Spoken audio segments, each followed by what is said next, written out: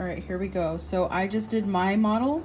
From the top, it looks like this, okay? And from the side, you can see all of the terrain. You can see the topography better.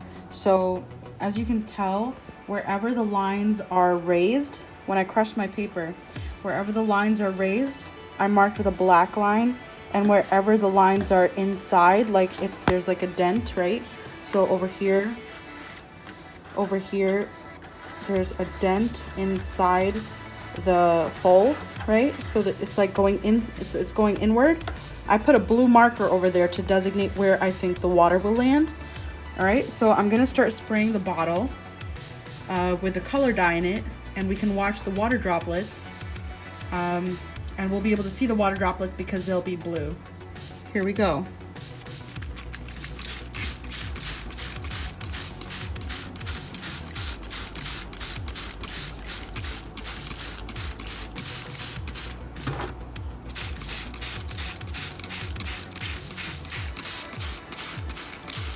So this is modeling rain falling on a specific area of land, all right?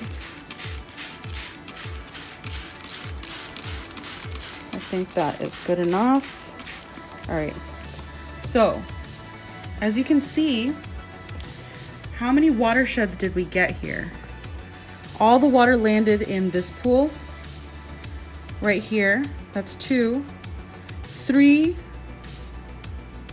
and we'll count this whole thing as 3, okay? This whole thing will count as 3 because this water up here will eventually end up down there because of gravity.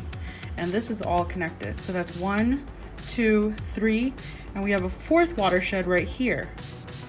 And you can tell the ridge lines, you can see exactly where the ridge lines are that divide each watershed.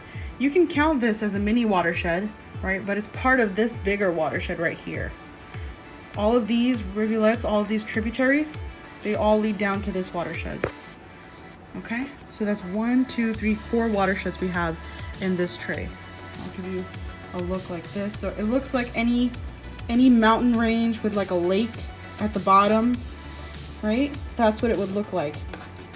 And if you can look underneath, some water landed over here too. Water landed underneath, it spilled through the paper. The paper mimics like the soil or the ground, and underneath it would be groundwater, right? That's where some of the groundwater would seep in.